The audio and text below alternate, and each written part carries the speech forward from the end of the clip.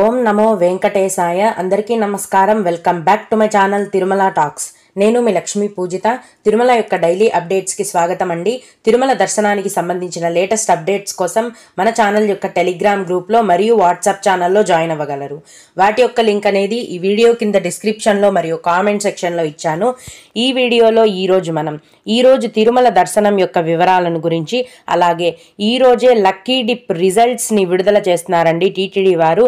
ఆ రిజల్ట్స్ ఎలా చెక్ చేసుకోవాలి అన్న విధానం గురించి, అలాగే కొందరు శ్రీవారి భక్తులు అడిగే ముఖ్యమైన దర్శనానికి సంబంధించిన సందేహాలను, వాటి సమాధానాలను గురించి కూడా తెలుసుకుందాం. కనుక వీడియోని చివరి వరకు చూడండి. ముందుగా నిన్న అంటే డిసెంబర్ 19వ తేదీన తిరుమలలో స్వామివారిని మొత్తం 58,165 మంది భక్తులు దర్శనం చేసుకున్నారు. అందులో స్వామివారికి మొత్తం 20,377 మంది భక్తులైతే తలనీలాలను సమర్పించారు.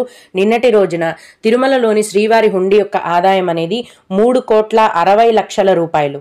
ఈరోజు కూడా ఎటువంటి దర్శనం టికెట్లు లేకుండా నేరుగా భక్తులనైతే ఫ్రీ దర్శనానికి అనుమతిస్తున్నారు. ఈ విధంగా టికెట్స్ లేకుండా నేరుగా వెళ్లే ఫ్రీ దర్శనానికి ప్రస్తుతం దాదాపుగా 15 గంటల సమయం అనేది పడుతోంది. అలాగే తిరుపతిలో ఇచ్చే సర్వదర్శనం టికెట్లను తీసుకొని దర్శనానికి వెళ్లే భక్తులకైతే సర్వదర్శనానికి 4 గంటల సమయం పడుతోంది. 300 రూపాయల దర్శనం టికెట్లు కలిగి ఉన్న భక్తులకు మరియు 500 రూపాయల దర్శనం టికెట్లను కలిగి ఉన్న భక్తులకు దర్శనానికి 3 గంటల సమయం అనేది పడుతోంది.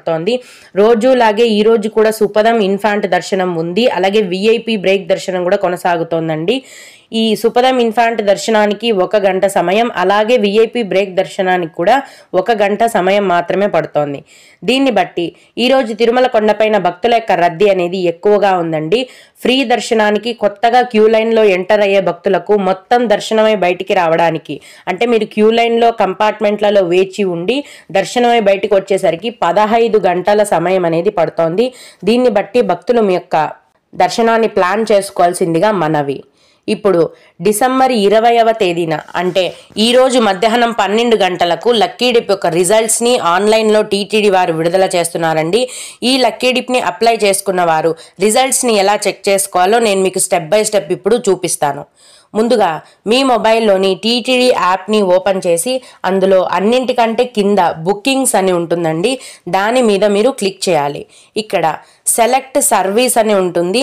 దాన్ని క్లిక్ చేసి వీటిలో సేవా ఎలక్ట్రానిక్ లక్కీ డిప్ని సెలెక్ట్ చేసుకోవాలి. ఇక్కడ మీరు ఏ నెలలకి డిప్ని అప్లై చేశారో చూపిస్తుంది. అలాగే సెలెక్ట్ అయితే గనక సెలెక్టెడ్ అని ఉంటుంది, అవ్వకపోతే నాట్ సెలెక్టెడ్ అని ఉంటుంది. ఈ విధంగా రిజల్ట్స్ చూడాలి. ఒకవేళ సెలెక్ట్ అయితే ఇక్కడ పేమెంట్ చేసే లింక్ కూడా ఇస్తారండి సెలెక్ట్ అయిన వారికి. ఆ లింక్ ద్వారా మీరు పేమెంట్ చేస్తే మీకు సేవా టికెట్స్ యొక్క PDF వస్తుంది. దాన్ని డౌన్లోడ్ చేసుకొని ప్రింట్అవుట్ తీసుకుంటే మీరు ఆ సేవకి వెళ్ళొచ్చు. మధ్యాహ్నం 12 గంటలకి లక్కీ డిప్ వేస్తారు టీటీడీ వారు. కాబట్టి 12:30కు ఈ రిజల్ట్స్ని చెక్ చేసుకోండి. అప్పుడు మీరు సెలెక్టెడ్ ఆర్ నాట్ సెలెక్టెడ్ అనేది చూపిస్తుంది. ఇదండి లక్కీ డిప్లో రిజల్ట్స్ చెక్ చేసుకునే పూర్తి విధానము.